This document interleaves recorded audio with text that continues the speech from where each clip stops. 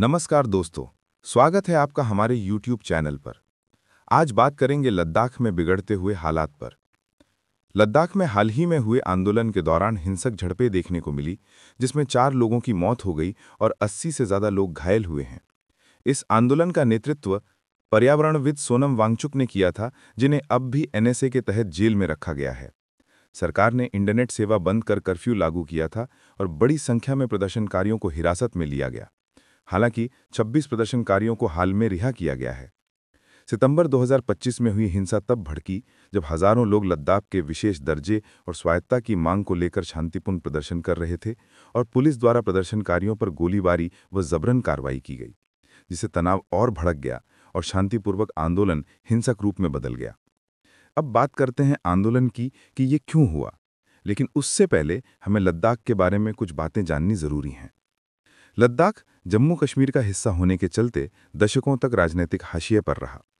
1995 में यहाँ लद्दाख स्वायत्त पहाड़ी विकास परिषद LAHDC स्थापित हुआ, जिससे स्थानीय लोगों को जमीन, शिक्षा, स्वास्थ्य, बजट, सांस्कृतिक कार्यक्रमों और विकास कार्यों पर बड़ा अधिकार मिला। परिषद में 30 सदस्य थे, 26 चुने जाते और 4 सरकार द्वारा नामित होते। इसमें स्थानीय स्कूल, अस्पताल, सड़कों का निर्माण, बजट तय करने और भूमि आवंटन जैसे कई स्वतंत्र अधिकार LAHDC के पास थे।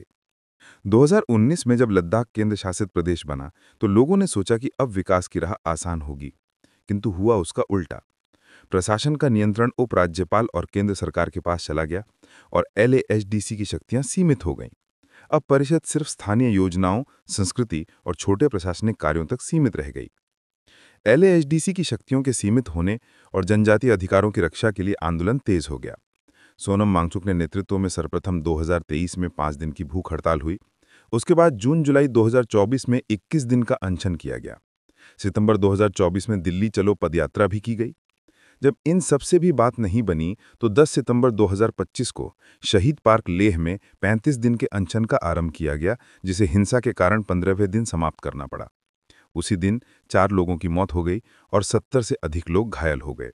हालात काबू करने के लिए वहां इंटरनेट सेवाएं बंद कर कर्फ्यू लागू कर दिया गया। बहुत से प्रदर्शनकारियों को गिरफ्तार किया गया था। इस आंदोलन का नेतृत्व करने वाले पर्यावरणविद सोनम वांगचुक को अब भी NSA के तहत जेल में रखा गया है। हालांकि 26 प्रदर्शनकारियों को हाल में रिहा किया गया है। बात करें लद्दाख आंदोलन की, तो इसका मुख्य कारण जुड़ा है लद्दाख को संविधान की 6ठी अनुसूची में शामिल करने और राज्य का दर्जा दिए जाने की मांग से। 2019 से ही यहाँ के स्थानीय संगठनों ने लद्दाख के लिए संविधान की 6ठी अनुसूची के तहत स्वायत्तता और राज्य के दर्जे की मांग की है। आगे बढ़ने से पहले ये जानना भी जरूरी है कि संविधान की 6ठी अनुसूची क्या है, जिसके लिए लद्दाख के लोग इतने लंबे समय से मांग कर रहे हैं। भारतीय संविधान की 6ठी अनुसूची विशेष रूप से पूर्वोत्तर भारत के आदिवासी बहुतायत क्षेत्रों के लिए बनाई गई है, जैसे असम, मेघालय, त्रिपुरा और मिजोरम। इसका मुख्य उद्देश्य इन क्षेत्रों के आदिवासी समुदायों को स्वायत्तता देना है, ताकि वे अपनी संस्कृति, परंपराओं, जमीन और संसाधनों की रक्षा कर सकें। 6ठी अनुसूची के अंतर्गत क्षेत्रीय स्वायत्त परिषद ADCs बनाई जाती हैं, जिन्हें भूमि, जल, जंगल, शिक्षा, टैक्स और रोजगार जैसे कई मामलों में कानून बनाने और प्रशासन चलाने का अधिकार होता है। यह व्यवस्था जनजातीय समाज को बाहरी हस्तक्षेप, भूमि अधिग्रहण और सांस्कृतिक शरण से संरक्षण देने के लिए है। लद्दाख के लिए 6ठी अनुसूची की मांग का मुख्य कारण यह है कि लद्दाख की 97% से अधिक आबादी अनुसूचित जनजाति है। लद्दाख के लोग अपनी पहचान, संस्कृति, संसाधनों और रोजगार की रक्षा के लिए संविधान की 6ठी अनुसूची के अंतर्गत स्वायत्तता चाहते हैं। यदि उनकी यह मांग पूरी होती है तो लद्दाख में इससे स्थानीय परिषदों को मजबूती मिलेगी और बाहरी लोगों को जमीन खरीदने या संसाधनों में दखल देने से रोका जा सकेगा। फिलहाल लद्दाख केंद्र शासित प्रदेश है। इसका अर्थ यह है कि यहाँ अपनी विधानसभा या निर्वाचित राज्य सरकार नहीं है। राज्य दर्जा मिलने से लद्दाख को अपनी विधानसभा, मुख्यमंत्री और चुनी हुई सरकार मिलेगी, जिससे क्षेत्र के विकास, नियोजन और स्थानीय मुद्दों का समाधान स्थानीय लोगों के द्वारा हो सकेगा।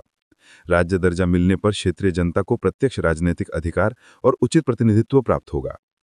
अब जानते हैं लद्दाख को 6ठी अनुसूची में शामिल न करने का कारण।